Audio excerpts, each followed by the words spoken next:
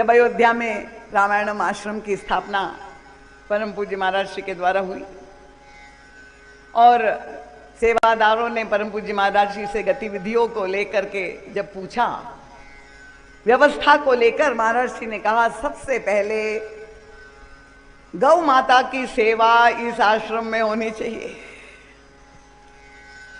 और आप जानते हैं ये कलयुग और आधुनिक युग की समस्याएं। तो भक्तों ने कहा महाराज जी गौ पालन तो हम करें, पर सबसे बड़ी कठिनाई है कि गौ माता की सेवा जैसी होनी चाहिए वैसे सेवादार आजकल मिल नहीं रहे, कोई सेवा करना ही नहीं चाहता है। और इसलिए वो हिचकिचा रहे थे। पर महाराज जी ने कहा अगर गौ माता नहीं है तो तुम्हारा आश्रम व्यर्थ है, आश्रम की कोई सार्थकता नहीं। और वही गुरु वाक्यम सत्यम एक आदेश गुरुदेव का हुआ, तब से लेके आज तक गौ माता की सेवा वैसे ही जैसे महाराज श्री का निर्देश, और उसका लाभ प्रभु की सेवा और सारे जहां वृद्ध माताएं अयोध्या में रहती है उन सब के साथ जो है वितरण होता है वहां। तो भगवान श्री राम ने जब वो दृश्य देखा, अस्वाभाविक दृश्य हुआ, तो उन्होंने गुरुदेव से पूछा ये वीरान क्यों है आश्रम, और ये शिला कैसी यहां बीच में जो नारी की आकृति की है। यद्यपि प्रभु सर्वज्ञ है, पर एक अल्पज्ञ की भांति वे प्रश्न कर रहे हैं। अब देखिए ये तो नित्य प्रति चौपाइयां हम आपके समक्ष दोहे पढ़ रहे हैं, पर महाराज श्री ने जब मानस की इस पंक्ति को पढ़ा तो महाराज श्री को लगा कि यहां पर तो एक बहुत ही महत्वपूर्ण रहस्य और प्रश्न का समाधान हमको प्राप्त हो रहा है।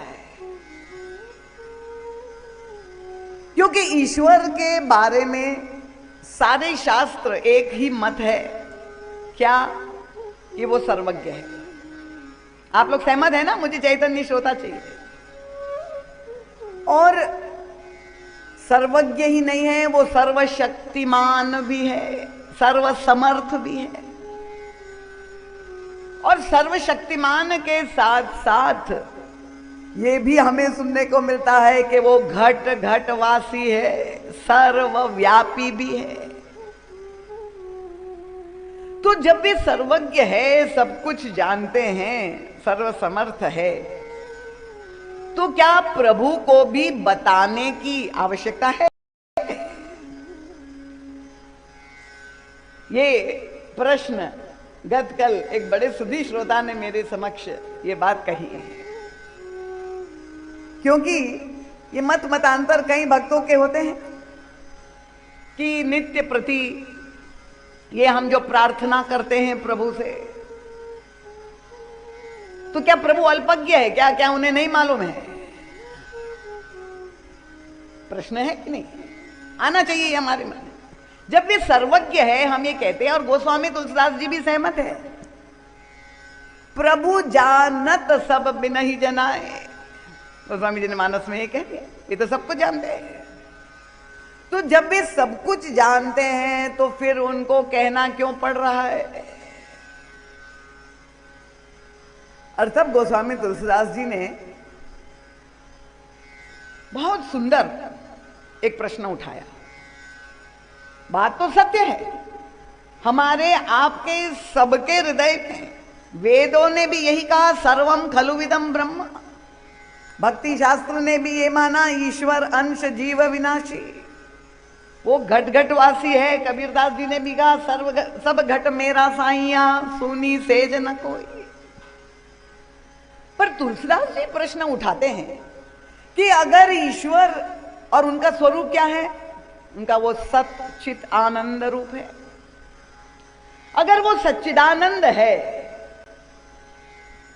और हम उनके अंश है, पूर्ण के अंश का भी वही स्वरूप होना चाहिए, तो फिर ये जो हमारे जीवन की दुर्दशा है, अस प्रभु हृदय अछत अविकारी और सकल जीव जग दीन दुखारी।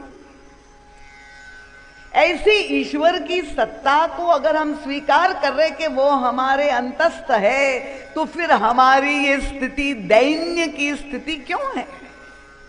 हम इतने दुखी क्यों हैं? ये तो प्रभु की सत्ता को साबित नहीं करती। हमें भी वह परमानंद का अनुभव होना चाहिए, हमें उस दिव्य चेतना का अनुभव करना। हम तो अपने को मरण धर्मा समझ रहे, अत्यंत दुखी अपने आप को अनुभव कर रहे हैं। वो सत्य स्वरूप का बोध हमें हो नहीं रहा है। और उसका कारण क्या है?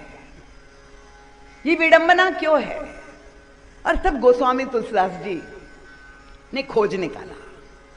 वे कहते ईश्वर है, घटघटवासी है, सर्वज्ञ है, सर्वव्यापी है, पर वो किस रूप में विद्यमान है? उनका वह एक शब्द, टेक्निकल शब्द जो कहा गया, एक अनीह अरूप अनामा। वो ब्रह्म तो है, पर वो इच्छा रहित है, उसमें किसी भी प्रकार का संकल्प है ही नहीं, और इसलिए वो हस्तक्षेप करता हुआ दिखाई नहीं दे रहा है। देखिए संसार में कितनी बड़ी विभीषिका है। एक और युद्ध, कितना घमासान युद्ध रशिया और यूक्रेन में लड़ा जा रहा है। अगर वो हस्तक्षेप करता तो जाके रोक देता। इतना अत्याचार समाज में, इतना अपराध हो रहा है, पर कहीं ईश्वर हस्तक्षेप करता हुआ दिखाई दे रहा है? क्यों नहीं कर रहा है? उनका उसके अंदर कोई इच्छा ही नहीं है। और जब वो इच्छा रहित है, यही बात भगवान शंकर ने भी कही। देखिए ये सैद्धांतिक प्रश्न है, कृपा पूर्वक मैंने प्रारंभ में आपको सावधान नहीं किया था। कथा प्रसंग में डूबने के प्रयास करें। मन, बुद्धि, चित्त, अहंकार, ये अंतःकरण चतुष्टय में अहंकार को तो आप सुला दीजिए, और कथा जो श्रवण करे केवल इंद्रियों से नहीं, मन लगा के उसमें बुद्धि को, क्योंकि बुद्धि का प्रसंग है, तो बुद्धि को पिरो करके और चित्त में समाहित हो करके श्रवण करे। जब देवता भी परेशान थे रावण के अत्याचार से और असमर्थता अनुभव करने लगे और भगवान की आवश्यकता पड़ी तो खोजने निकले। कहां पर मिलेंगे वह ईश्वर? ये प्रश्न गोलोक में है, साकेत लोक में है, क्षीर सागर में है, कैलाश में है। भगवान शंकर ने कितना सुंदर एक सूत्र में उपदेश दे दिया। उनका अग जग में सब रहित, सर्वव्यापी, सर्वत्र उसका निवास है। पर कैसे वो निवास करता है? उनका अग जग में सब रहित विरागी, अनी है, विरागी है, दृष्टा मात्र है, हस्तक्षेप नहीं करता है। और तब क्या किया जाए? उनका हमारी समस्या का समाधान, उनका प्रेम ते प्रभु प्रगट है जिमिया की। तो ईश्वर यद्यपि सर्वज्ञ है, पर फिर भी प्रभु को कहना पड़ेगा, उनको बताने की आवश्यकता है। क्यों? क्योंकि उसके अंतःकरण में इच्छा जागृत जब तक नहीं करेंगे, भक्त कहते हैं, तब तक हमारी समस्या का समाधान नहीं होगा। ये जो विरागी ब्रह्म है, जिसको हमें अनुरागी बनाना है, उसके अंदर इच्छा जागृत करनी होगी।